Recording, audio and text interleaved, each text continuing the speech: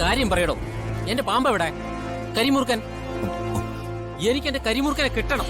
പിന്നെ ഒരു കരിമൂർഖൻ? എടോ, ഞാൻ തന്നോട് ആവശ്യപ്പെട്ടതേ ഒരു കടിക്കുന്ന പാമ്പിനെ. താൻ കൊണ്ടുവന്നതോ ഒരു കോമാളി പാമ്പിനെ. ആ പാമ്പാണെങ്കിൽ ഒരു സമാധാന പ്രിയനും. പിന്നെ സമാധാന പ്രിയൻ. പാമ്പ് കൊത്തണമെങ്കിലേ എതിരെ നിൽക്കുന്നവരൊക്കെ പാമ്പിന് ശത്രുവായിട്ട് തോന്നണം. ചവിട്ടിയ പാമ്പ് ഉറപ്പായിട്ടും കടിക്കും. അതെന്തോ ആയിക്കോട്ടെ, എനിക്ക് എന്റെ പാമ്പിനെ കിട്ടണം. അല്ലെങ്കിൽ എനിക്കിപ്പോ 50,000 രൂപ കിട്ടണം. അയ്യേ, 50,000 രൂപയോ?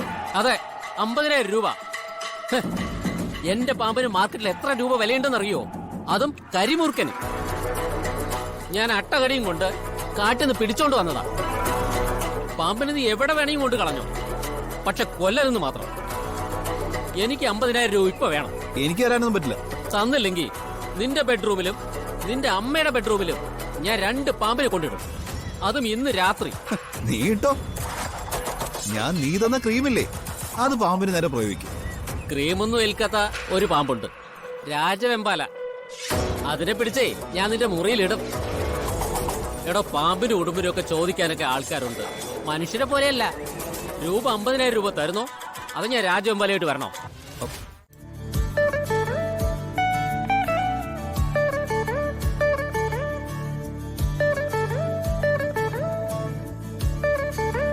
ശേഖരൻ സാറിനും യാമിനി മാഡത്തിനും ഋതുമോക്കും കൂടി ഇരിക്കായിരുന്നു.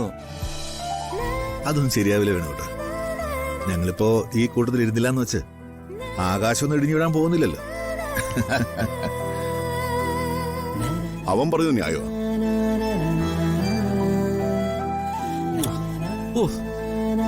ഇതില് പല കറിക്കും ഒരു രാധമ്മ ടച്ച് ഉണ്ടല്ലോ.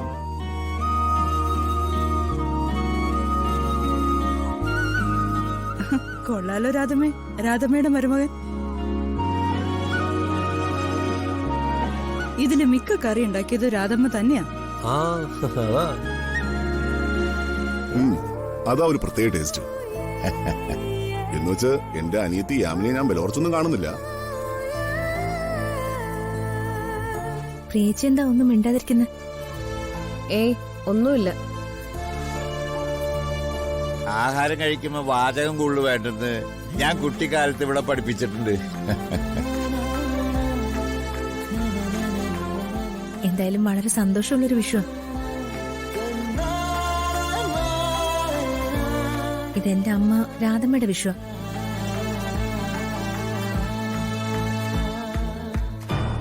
ഒരമ്മയും മോളും. ഇവൾക്കിട്ട് ഇപ്പൊ തന്നെ ഒരു പണി കൊടുക്കണം.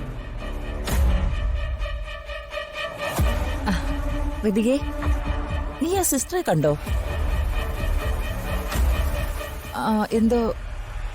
എന്താ അവരുടെ പേര്? സിസ്റ്റർ പങ്കജാക്ഷി അല്ലേ? പങ്കജാക്ഷിയും പത്മാക്ഷിയൊന്നും അല്ല, സിസ്റ്റർ പവിത്ര. ആ, പവിത്ര.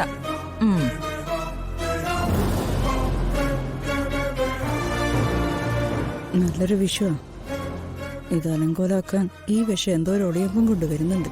അല്ല, അവൾക്ക് പ്രതാപൻ തന്ന വിഷുക്കൈ നീട്ടവും വിഷുക്കോടിയും കൊടുത്തോ? കൊടുത്തു. എന്നാലേ ഒരു ദിവസം പവിത്രോട് ഇങ്ങോട്ട് വരാൻ പറയണേ.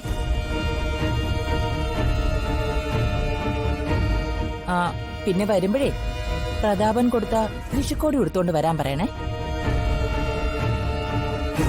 പറയാം.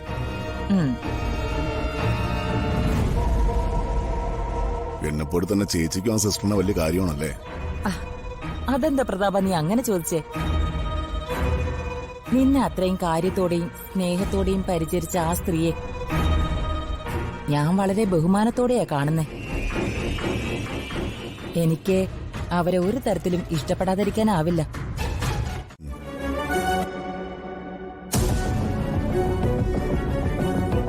എന്താ ഇങ്ങനെ? എങ്ങനെ? അതൊക്കെ കഴിഞ്ഞിട്ട് വർഷങ്ങളായില്ലേ അച്ഛ. ഇപ്പോഴും ആ പേര് കേൾക്കുമ്പോ അച്ഛനെന്തിനാ അസ്വസ്ഥനാവുന്ന? അതൊരു വാടാ മുറിവായതുകൊണ്ട് അത് മനസ്സിൽ കിടന്ന് ഇങ്ങനെ നിരന്തരം നീറുക. അതൊരു മാരക വേദന ഉണ്ടാക്കുന്ന മുറിവാ. അതിന്റെ ആഴം എത്രയാണെന്ന് നിനക്കറിയോ? അച്ഛ, അത് അച്ഛനെ തെറ്റിദ്ധരിപ്പിക്കാൻ വേണ്ടി ആരോ ചെയ്തൊരു ചതിയായിരുന്നു. ഒരിക്കലും അല്ല. എന്റെ ഈ 2 കണ്ണുകളാ സാക്ഷി. അതെനിക്കറിയോ? അയ്യോ അച്ഛനെ ഞാൻ എങ്ങനെ പറഞ്ഞു മനസ്സിലാക്കുന്നത്? ഞാൻ പറയുന്ന നീ എന്നെ പറഞ്ഞു മനസ്സിലാക്കാൻ നോക്കണ്ട. ഞാൻ മനസ്സിലാക്കി കഴിഞ്ഞതാ അതിന്റെ സത്യങ്ങൾ. നിനക്കത് ഞാൻ പറഞ്ഞ ഇഷ്ടപ്പെടണമെന്നില്ല. കാരണം നീ ഒരു മകളും മറ്റേത് നിന്റെ അമ്മയുമാ. അങ്ങനെ പറഞ്ഞ മകൾക്ക് ഇഷ്ടപ്പെടണമെന്നില്ല. അതൊരു അപവാദമായിട്ടേ കരുതൂ.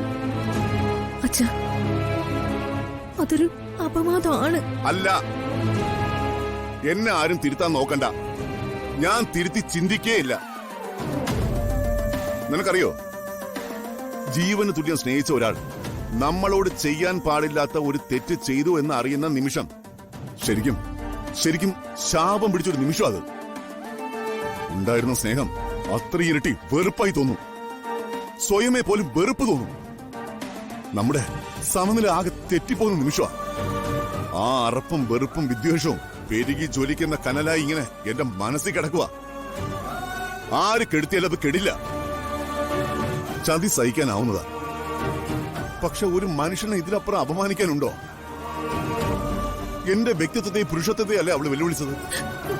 അച്ഛൻ ഞാനൊന്ന് പറയട്ടെ. Stop it! Don't say a word. I don't want to hear anything. എന്നെ പരിപാലിച്ച സിസ്റ്റർ പവിത്ര എന്ന നേഴ്സ് ദൈവമാണെങ്കിൽ നിന്റെ അമ്മ പത്മാവതി എനിക്ക് പിശാച. രണ്ടും ഒരാളാണെന്ന് അച്ഛനോട് പറഞ്ഞാലോ?